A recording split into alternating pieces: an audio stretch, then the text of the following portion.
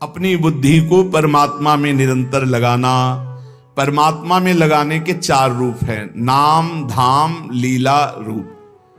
जो नाम, रूप, लीला, धाम है, इनमें सबसे सहज सरल नाम है, क्योंकि धाम भी सब कोई वास नहीं कर सकता। नाम जहां जो हो, जहां हो, जो हो, बालक, वृद्ध, स्त्री, पुरुष, पढ़ा लिखा, मूर्ख, कोई भी हो, नाम जब सबको भगवत प्राप्ति करा देता है। गोस्वामी श्री तुलसीदास जी महाराज विनय पत्रिका में कह रहे हैं, बहुत जोर की बात है, कह रहे हैं कि नाम राम रावरोई हित मेरे, स्वार्थ परमारथ साथिन सो, भुज उठाई कहों तेरे, नाम राम राव रोई हित मेरे। मैं हाथ उठा के कहता हूं, जो स्वार्थ के मार्ग में चलने वाले हैं या परमार्थ के मार्ग में चलने वाले हैं, या आप जितने भी मुझे अपना मानते हैं, संगी साथी, मैं सबसे हाथ उठा के पुकार करके घोषणा करता हूं कि त्रिभुवन में केवल एक परम कल्याण करने वाला भगवान का नाम है। मेरी बात मान लो। गोस्वामी तुलसीदास जी, नाम, नाम चल रहा है, कहीं भी हो आपको भगवत प्राप्ति हो जाएगी। नाम चल रहा है, नाम। जननी जनक तजो जनमी, करम बिनु विधु ही सृजो अवडेरे, मोहू सो को कहत राम ही को, सो प्रसंग के ही केरे। देख लो मेरा भाग्य, जन्म लेते ही माता चली गई। बड़े महापुरुषों के साथ बड़ी घटनाएं घटती हैं। जन्म लेते ही माता चली गई। अभागी जानकर पिता ने कभी प्यार नहीं किया, त्याग कर दिया। जिस पुत्र के प्रकट होती मेरी अर्धांगिनी चली गई, मैं ऐसे पुत्र का मुंह भी नहीं देखना चाहता। तो माता ने तो शरीर त्याग के चली गई, पिता ने मुझे त्याग कर दिया। ब्रह्मा ने मुझे कुछ अभागा ही रचा है। गोस्वामी तुलसीदास जी कहते हैं, बड़ा बेढप मेरे भाग्य की रचना करी। जिसके दरवाजे में खड़े हो जाते टुकड़ा नहीं देता, भगा देता। जिस दासी ने पालन पोषण किया, कुछ दिन बाद वो भी पधार गई। सबको ये भ्रम हो गया कि तुलसीदास जी महाराज के लिए कि बड़ा भागा बालक है, जिसके दरवाजे पे खड़ा होगा कोई घटना घट जाएगी, कोई भोजन नहीं देता। बोले ब्रह्मा ने कुछ भाग्य ही ऐसा रचा था। अब जो मुझे समझ में आया कि मेरा जो भाग्य बदला वो राम नाम से। राम राम राम, पकड़ो बात को, पकड़ो। अब तो कोई कोई कहता है कि तुलसी राम का है। अब अभाग्य मिट गया। बड़े बड़े बादशाह ताज उतार कर रखते हैं। जानते हो ये सब क्यों हो रहा है? क्योंकि हमने राम नाम का आश्रय ले लिया। अब खूब राम राम राम राम जपता हूं, उसका परिणाम हुआ कि सब कोई सम्मान देता है, सब ताज उतार के रख रहे हैं, प्रणाम नमस्कार, दुनिया वाह वाह। क्यों? क्योंकि राम राम जपता हूं, राम का हूं, इसलिए। बात समझो। अगर पकड़ पाओ, कह रहे हाथ उठा के कह रहा हूं, जन्म से अभागा कहा गया, मां पधार गई, पिता त्याग दिया। संसार के लोग कहते अभागा है, लेकिन राम नाम का प्रताप ऐसा उदय हुआ। मोहू से को कहत राम ही को, सो प्रसंग कह के रे। उसी नाम के बल से लोग अब कहने लगे तुलसी तो राम का है। फिर ओ ललाट बिनु नाम उदर लगी, दुखो दुखित मोहि हेरे। आहा, जब मैं राम नाम का आश्रय नहीं लिए था, तब पेट भरने के लिए द्वार द्वार पर ललचाकर भूख से व्याकुल होकर खड़ा होता। उस समय मेरी दशा मुझे याद है कि अगर दुख देखे तो दुखी हो जाए, ऐसी मेरी दशा थी। बालक अवस्था, भूख से व्याकुल, दूसरे के दरवाजे पे खड़ा और धक्का मार के लोग भगा देते, अभागी है। फिरो ललाट बिनु नाम उदर लगी, दुखो दुखित मोहि हेरे। अब बोले नाम प्रसाद लहत रसाल फल, अब हो बबूर बहेरे। नाम राम राव रोई हित मेरे। जब नाम जब शुरू हुआ तो नाम की कृपा से क्या हुआ कि बबूल और बहेड़े के जो वृक्ष थे अब उनमें आम लग गया। मान लो मेरा जीवन बबूल का पेड़ था, बहेड़े का पेड़ अपवित्र माना जाता, लेकिन उसमें आम लग सकता है, लेकिन लग गया क्योंकि मेरा जीवन ऐसा था। आज परमानंद की बाढ़ आ रही। बोले वे किसके बल से? बोले राम राम राम, नाम के बल से आई। नाम प्रसाद लहत रसाल फल, रसाल माने आम का फल, अब हो बबूर बहेरे। पहले तो मैं कैसा था? बोले बबूल का पेड़, काटा ही उगेगा, दुख ही मिलेगा। जब नाम का जप शुरू किया तो उसी बबूल में रसाल लग गया, आम का फल अर्थात महान आनंद। साधत साधु लोक परलोक ही, सुनि गुनि जतन घनेरे। तुलसी के अवलंब नाम को, एक गांठ कई फेरे। नाम राम राव रोई हित मेरे। संत जनों ने, शास्त्रों ने जब कहा कि जीव के समस्त दुखों को मिटाने में समर्थ है नाम, बस उसके अनुसार हमने पकड़ लिया, नाम जप करना शुरू कर दिया। उनकी बात मान करके जब नाम जप किया तो लोक परलोक सब बन गया। हरिवंश महाप्रभु कहते ई परलोक सकल सुख पावत, मेरी सो भैया कृष्ण गुण संत। इस लोक और परलोक में समस्त सुख आपका वर्ण कर लेंगे, मेरी बात मान लो, मेरी कसम है तुम्हें, तुम नाम जप शुरू कर दो। अगर दुख से निपटना चाहते हो, तभी लोग कहते हैं बाबा का हर प्रश्न का उत्तर नाम होता है। इसलिए नाम है कि एकमात्र समर्थ नाम है जो सारे पापों को मिटा दे। पापों से ही दुख मिलता है। ऐसा कोई पुण्य नहीं है जो इतना समर्थ हो कि हमारे जमा के जमा गोदाम पापों को नष्ट कर दे। वो नाम, नाम संकीर्तनम यस्य सर्व पाप विनाश, समस्त पापों का नाश नाम से।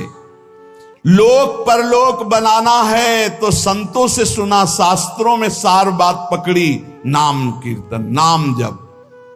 अब तुलसी ने तो एक ही सहारा पकड़ लिया है, राम राम राम, एक ही अवलंबन।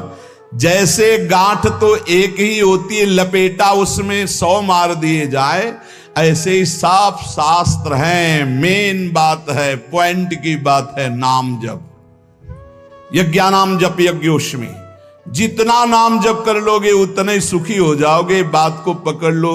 गोस्वामी तुलसीदास जी कहते हैं, तो श्री तुकाराम जी महाराज कहते हैं, संदेह मत करो, वही एकांतवास सफल है जो समाधि में है। समाधि कैसी है? नाम की समाधि, नाम का ध्यान, 2 अक्षर राधा, वही गूंज रहा है। अब समाज में बैठे हो तो एकांत, एकांत में बैठे हो तो एकांत। और अगर नाम जप नहीं चल रहा तो श्री तुकाराम जी महाराज कह रहे हैं केवल एकांत में बैठे रहना प्रमाद है। एकांत में समय व्यतीत पड़े हैं वो प्रमादी है।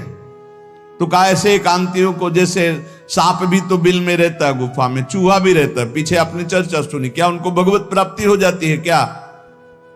हाँ, नए साधक को चाहिए कि कुछ समय एकदम शांत, जैसे आप लोगों के पास कुटिया है, कमरा है, एकांत कमरे को अपना गुफा समझो, सेवा और वाणी पाठ आदि किए, कुछ समय तो एकांत मिलता ही है।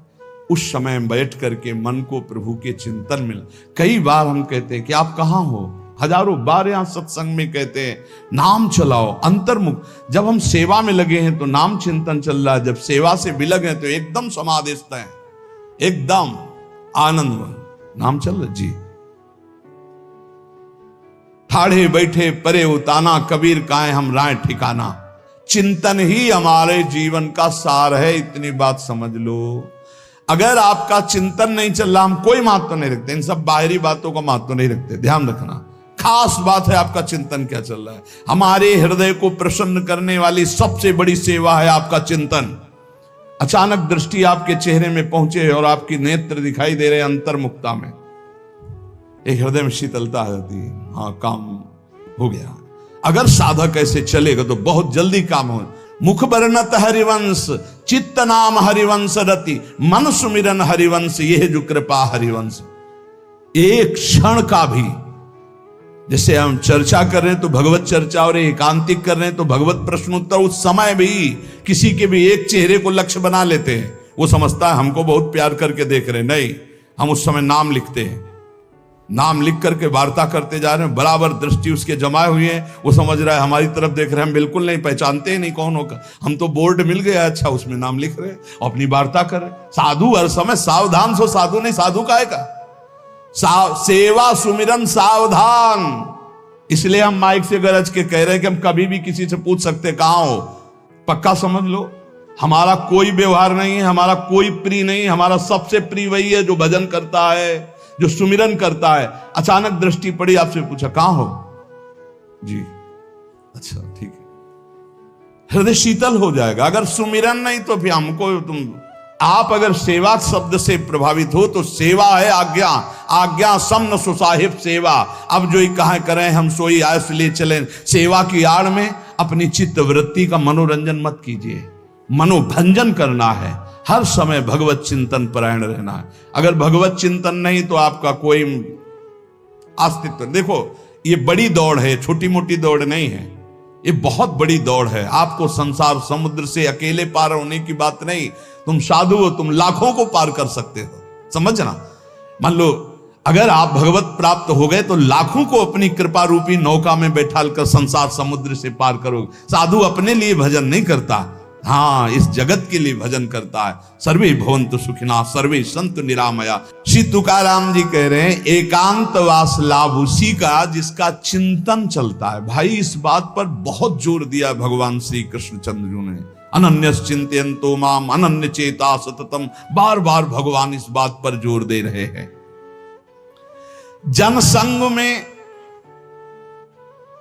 नाम चल रहा है तो आप एकांत हो, एकांत में नाम जब नहीं चल रहा तो आप प्रपंची हो। देख लो अंदर प्रपंच चल रहा होगा।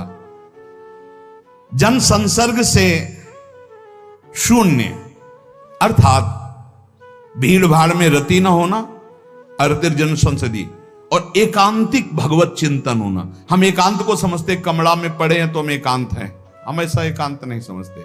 एकांत है कि हम प्रभु के चिंतन में हैं तो एकांत है, चाहे बाजार में खड़े हों।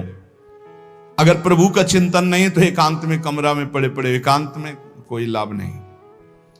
एकांत में उसी का लाभ है जो एकदम समाधिस्थ तन्मय है। एकांत में समाज में सावधान होकर चेष्टाएं कर रहा है और नाम अंदर अंदर चल रहा है। आनंद कंद भगवान गोविंद को छल छंद अच्छा नहीं लगता, मतलब नाटकबाजी अच्छी नहीं लगती। जहां हो वहीं भजन करो, जैसे हो उस परिस्थिति में भजन करके दिखाओ। भजन की भूख जग जाए यार, यही सत्संग का लाभ है। भजन की भूख जग जाए। एकांत का तात्पर्य है प्रभु की शिवा और कुछ सुमिरन में ना, प्रभु के चिंतन में डूबना। ए भाई समझो, सत्संग सुन रहे हो उसको पकड़ो, अपने हृदय में बार बार चलाओ। देखो ये अंदर से बात समझ लीजिए, हम उसे बहुत जी जान से प्यार करते हैं जो भजन करने वाले हैं। हम जिन साधकों को देखते हैं कि अपनी सेवा दिनचर्या और भजन किसी से मतलब नहीं, ऐसे ऐसे साधक हैं कि एक एक दो दो वर्ष हो गए हमने कभी उनसे राधे श्याम हमारी उनकी नहीं हुई होगी। और आप सच्ची मानिए एक दिन भी ऐसा नहीं जो हमारे चिंतन में ना आते हो, चिंतन के द्वारा उनका पोषे। और हमारे पास हो अगर भजन नहीं करते तो सच्ची मानिए हम जानते भी नहीं है। अभी आप हमें अंदर की बात, जैसे वो कह रहे थे कि हम जान गए आपको, तो हम कहा नहीं जाने हो, जान जाओगे तो प्रेमानंद बन जाओगे। प्रेम और आनंद, प्रिया और लाल के रूप में डूब जाओगे। ये हमारे गोविंद आनंद कंद सच्चिदानंद प्रभु को ये छल छंद अच्छे नहीं लगते, उनको तुम छल कपट में नहीं फंसा सकते। एकांत निष्ठ भक्त उसका मतलब हम तुरंत ले जाते हैं कमरा एकांत, गुफा एकांत, नहीं, एकांत हृदय, एकांत निष्ठ भगवान के चरणारविंद में। शाब्दिक एकांतिक में मत जाइए कि शब्द का एकांत, कि भाई शोरगुल नहीं हो रहा, मैं एकांत कमरे में पढ़, नहीं नहीं, आंतरिक एकांत में। अकेले चुपचाप बैठे रहना एकांत नहीं कहता, भगवान में खोए रहना एकांत कहे। इसको समझिए, प्रभु में खोए रहना, एकांत वास का तात्पर्य सच्चिदानंद प्रभु में खोए रहे। तो सत्संग,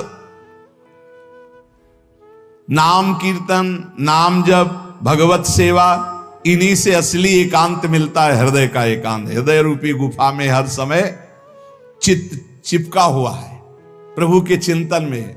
कितना अपार आनंद है जब हर समय मंत्र की बार बार आवृत्ति होती, नाम। जो न तरह भव सागर अस समाज नर पाए, स्वत निंदक मंदमति आत्म हनन गति जाए।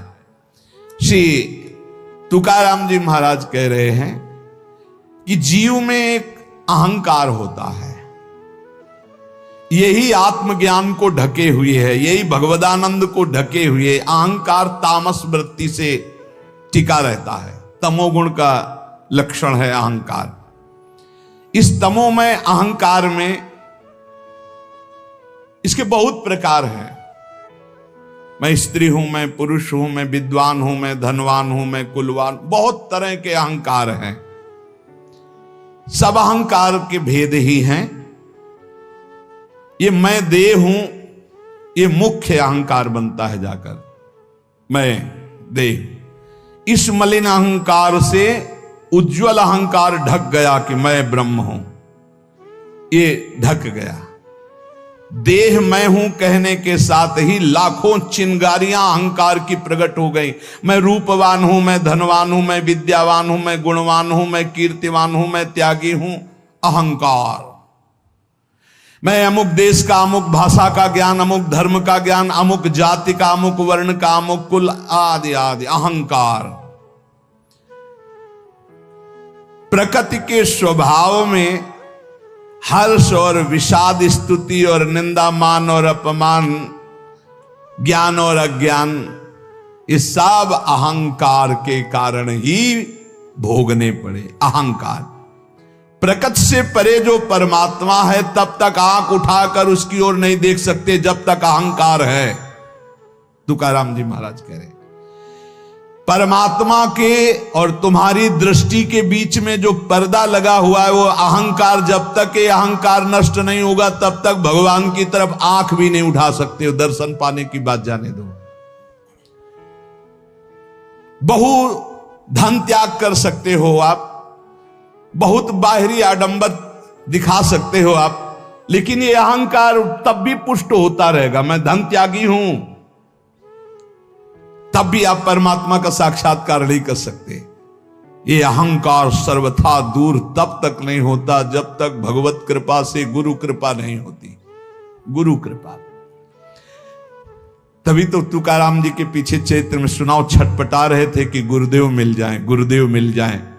जैसे जैसे गुरु की कृपा अवतरित होती हृदय में, वैसे वैसे अहंकार का पर्दा भस्म होने लगता है, आग ही लग जाती है। अहंकार भस्म हो गया। जो ही अहंकार का पर्दा फटा तो सन्मुख परमात्मा का साक्षात्कार, वही अहंकार पर्दा है। जैसे कोई प्रवीण कला विद्या से युक्त हो पर आसन लगा करके अपने सामने पर्दा कर दे तो न कला दिखाई देगी, न प्रवीणता, न गुण, न वो।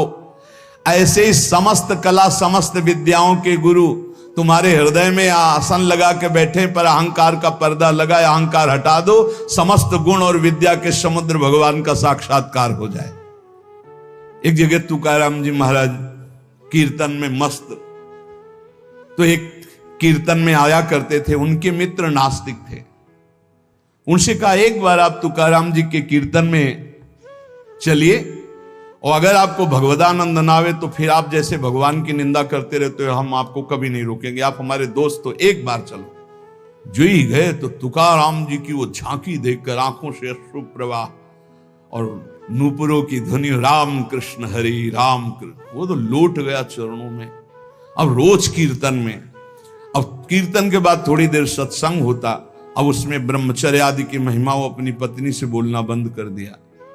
तो जैसे काफी समय हुआ तो उसको पता चला कि ये कीर्तन में तुकाराम जी के पास जाते इसलिए बोलना, तो बोले मेरी जिंदगी का नाश करने वाला, हाथ जोड़ करके पति से कहा आपका तो उद्धार हो गया, मेरा उद्धार कैसे होगा? बोले चलो चलते हैं आज कीर्तन में। बोले नहीं, पहला कदम अपने गुरुदेव को घर में लाओ, एक बार चरणामृत उतारें, घर में चरणामृत डालें, फिर भगवान मेरी ये पत्नी को कैसे, जैसे मेरी बुद्धि शुद्ध हो गई, इसे बड़ा प्रसन्न हुआ। तुकाराम जी से कहा जाएगा अपार कृपा आपकी, पूरी बात बताई। उनका भाई यदि तुम्हारी पत्नी को ऐसी प्रसन्नता और तो मैं अवश्य चलूंगा। सीधे सरल भक्त आ गए, उसने बीच आंगन में बैठाला, जो दरवाजा रसोई का था उसी के सामने, और पहले से 5 लीटर पानी खौलने को रख दिया था। घंटों पानी खौल रहा है, उसमें डालती जा रही है। जब तुकाराम जी बैठ गए, आई सामने, प्रणाम किया, देखा ये वही है जिसने मेरे पति को बरगला दिया, और जब से इसके पास गए आज तक मुझसे बात नहीं, आज मैं मजा चखाऊंगी। और बस कपड़ा से पकड़ भगोना लाई, ऊपर तुकाराम खौलता हुआ पानी, विठ्ठल विठ्ठल पांडुरंगा पांडुरंगा, सब छाले छाले पूरा शरीर, और गर्म पानी इतना। ऐसे थोड़ी संतों के जीवन में तुम्हें कैसे कैसे कष्ट बताए। जो भगवान का यश विस्तार करते हैं उनके लिए, जो अपने निंदा कांचे घर आसावे से जारी, प्रभु मैं किसी के पास नहीं जाता, निंदक मारने वाले, वाचाल कुतर्की संशयी, ये सब मेरे पास आते हैं और मुझे परेशान करते, मुझे कष्ट देते हैं। इसलिए मैं क्या करूं प्रभु, आपका भजन करूं या इनसे झगड़ा करूं? ये पाखंडी लोग मेरे पीछे पड़ गए विठ्ठल, मैं उनसे क्या कहूं? मैं नहीं जानता ये छल कपट, ये लड़ाई झगड़ा। मैं तुम्हारे पांव पड़ता हूं, उनके भी पांव पड़ता हूं, मुझे भजन करने दो, इनसे दूर रखो। नको दुष्टो संग पड़े भजना मधि भंग, तुक निषेधिता मद नशा है सर्वथा। एका माध्या जी में बाद करूं कोणांसवे, तुझे वर्णुम गुण की है राखो दुष्ट जन। काय करूं एका मुखे सांगम महणे तुका।